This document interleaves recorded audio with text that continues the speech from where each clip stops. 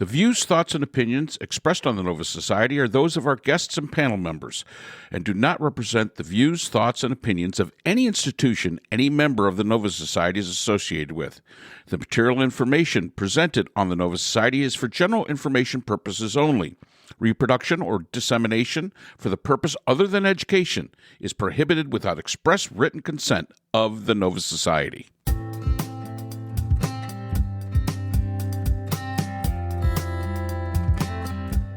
We'd like to welcome everyone back to the Nova Society, and today we'll continue our new format with Brooklyn asking the questions and reading those listener emails. And today the email is asking us about the recent news of a threat by Hezbollah to Israel. And the listener is wondering if this has the possibility to lead to a new escalation in the Middle East. So let's listen in.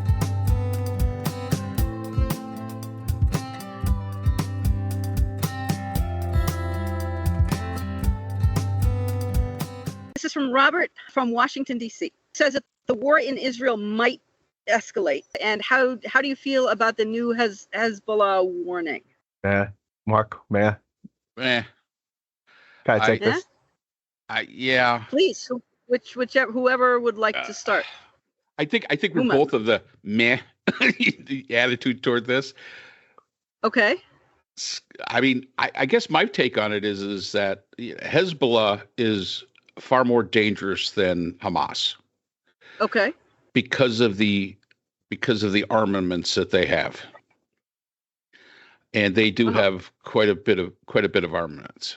If Israel thinks taking on Gaza is difficult, and it isn't easy. It's not easy. War is never easy. It's never cut and dry.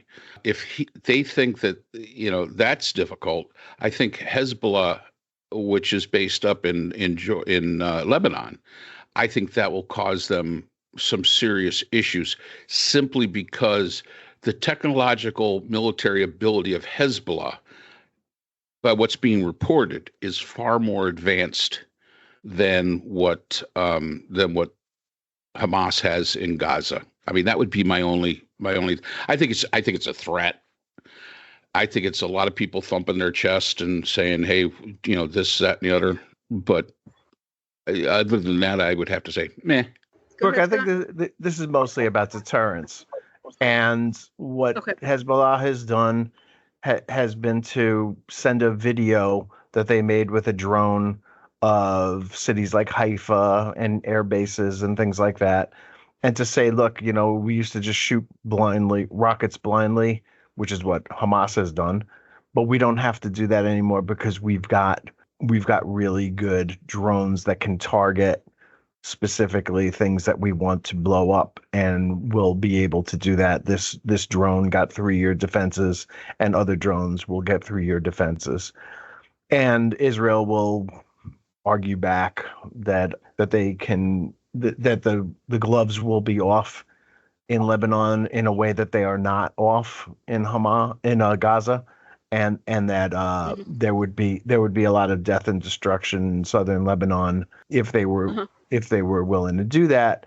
And Hezbollah actually went and took another step, which I thought was kind of interesting, although it probably will go nowhere also, which was to threaten Cyprus, which allows Israeli troops to practice, do war games on their island because it's got the same kind of terrain that Lebanon has. And they have bases there that they use as well for air defense. And so Hezbollah has threatened Cyprus, and Cyprus responded immediately and said, "Hey, we're not allowing Israel to use our don't hit us." If Hezbollah were to hit Cyprus, Cyprus is in NATO, and that would be a major escalation. So I think it'll probably come to nothing, but obviously it's a threat and it needs to be taken seriously. But I don't see it escalating because I think that 2006 proved to both sides that this can be a really ugly war with a lot of casualties, and nobody really wants that. So how far do you think these escalations might go before they kind of fizzle out, or they make a attempt at a diplomatic discussion and they can kind of step back, save face, that type of thing? Or do you think the whole thing will simply stop? But I think it'll continue in the way that it has gone, with them shooting rockets at targets in Israel, Israel retaliating with targets in southern Lebanon. Israel may decide to kill another couple of leaders of Hezbollah's military, as they just did recently, to prove that they can get to anybody at any time, which is something that, as I understand it, Nasrallah has taken seriously. I think he understands that Israel knows exactly where he is and can hit him at any time, and that they're showing a lot of restraint by not doing that, and that it'll continue in this way until Hezbollah gets what they say they want, which is an end to this war in Gaza. I think everybody hopes that the war in Gaza ends as quickly as it can. Anybody have a prediction, either of you, as to when we might see something ending? I can't give you a prediction as to when this is going to end, but I can say that if something happened, that there was an escalation and Israel then brought its full force against Hezbollah in Lebanon, I think that the world opinion would basically go the same way that it went when it came to Gaza. They are not going to get the support that they would have gotten. As we've said before on this podcast, normally this would have been 2 weeks. Israel would have gotten 2 weeks of a free hand to do what they needed to do. They basically got 2 days, which was unfortunate. The interesting point here is, as Scott mentions, Cyprus is in NATO. Attacking NATO is really a bad thing to do. And I think everybody understands that. So I think that's more bluster than anything else. But I guess my one question that I had that's always plagued me with this is, and it probably has to do with the fact that NATO does not want to take the chance, but some of this could have been solved if Israel was in NATO. If Israel was in NATO, this would not. I mean, you want to protect Israel? Really want to protect Israel? Have them in NATO, because Iran, all of them. One attack on one is an attack on all. And I'm sure there's countries within NATO that would be against this simply because it would put them at risk of actually having to activate Article 5 and actually having to bring the force of NATO against another country that basically attacks Israel. But bottom line is that may be the deterrent that would be necessary. I look at, again, the threat against Cyprus. It won't happen. I mean, in my mind, that's my prediction. It won't happen simply because Hezbollah knows if we do this, we've attacked a NATO member. Article 5 and it gets put into play, and we do not want pretty much the entire Western world at our doorstep with all of their military might knocking at our door. No, but that's just a gamble they can't take. Yeah. Israel, I should point out, it is a major non-North Atlantic Treaty Organization ally. So there's a number, I think there are 18 countries, including Israel and Argentina and Australia and others, Egypt, that are not geographically in Europe and so can't be a part of NATO, but are allies of NATO. And it's just, it would be very interesting. But, obviously Israel's not anywhere part of the North Atlantic or Europe.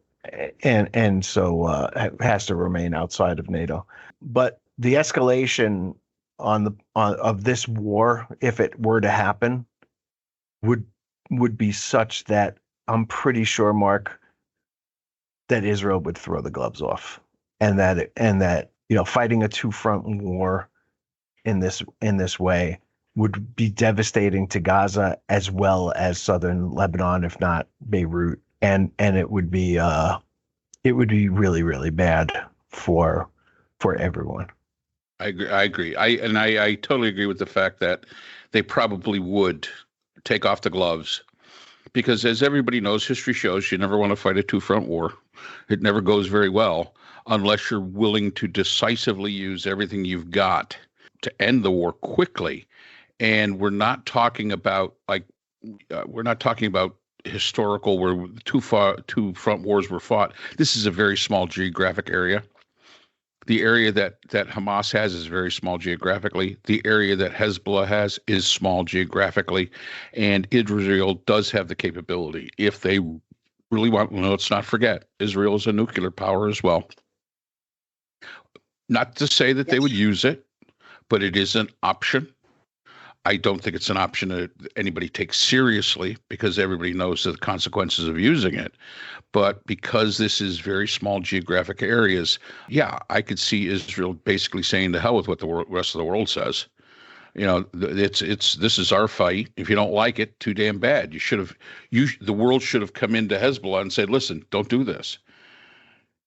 And I don't think diplomacy is something that's going to work. This is one of those cases, because you're talking about a historical conflict that has gone on for centuries upon centuries. And if we haven't seen anything, the diplomatic attempts between Israel and Hamas have not gone exactly as people would like it to go, because they are very entrenched, both sides, maybe for good reason. But the fact is that this is one of those things that has to be, unfortunately, and it's a terrible thing to say, this may be one of those conflicts that have to be decided by the slugfest, which is unfortunate. So what you said, Scott, brings me to another point. What is it that forces NATO to be only geographically oriented? I mean, since people are the ones, I mean, all this is all reified. So why can't NATO be expanded to include non-geographically placed allies who would probably love to be included in NATO? Clearly NATO has expanded, Brooke. Yeah, but why can't adding it Finland and Sweden, but I'm sure that just as it was hard to get Sweden into NATO because Turkey objected for various reasons, there would be major backlash on a number of fronts, probably not just Turkey, but other countries as well, if NATO tried to expand too far beyond its targeted area. I mean, alliances are wonderful things as long as they don't guarantee that you're going to be fighting a war, right? I mean, if Israel was a part of NATO and had the benefit of, what is it, Section 5, Article 5 that it would, that NATO would be fighting all the time.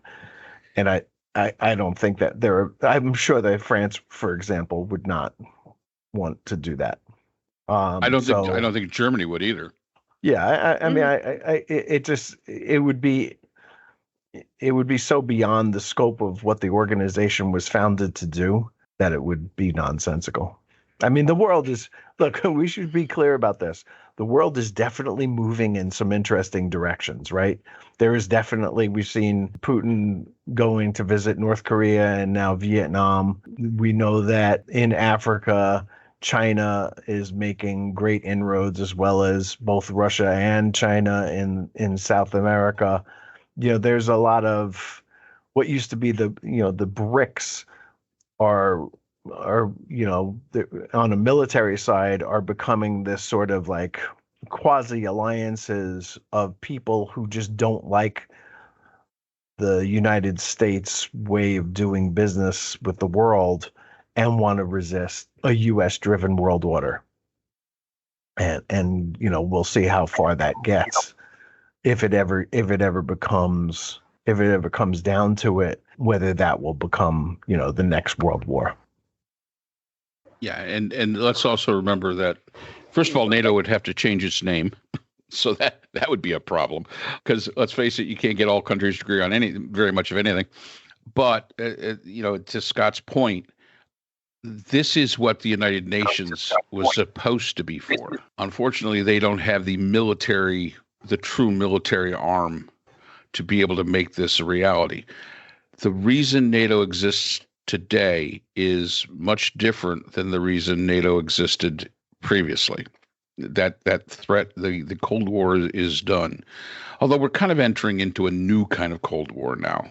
I mean, it's kind of a new, but it's not only a Cold War with Russia, it's also with China, because of all the competition, most of that being with China due to economics. And yes, China's making inroads into Africa. They're making inroads into South America, because it's more of an economic inroad than it is militarily.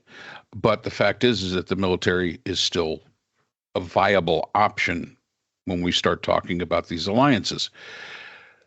The United Nations was supposed to be the one to be able to deal with these things. The only problem is that they've always dealt with it from a standpoint of diplomacy.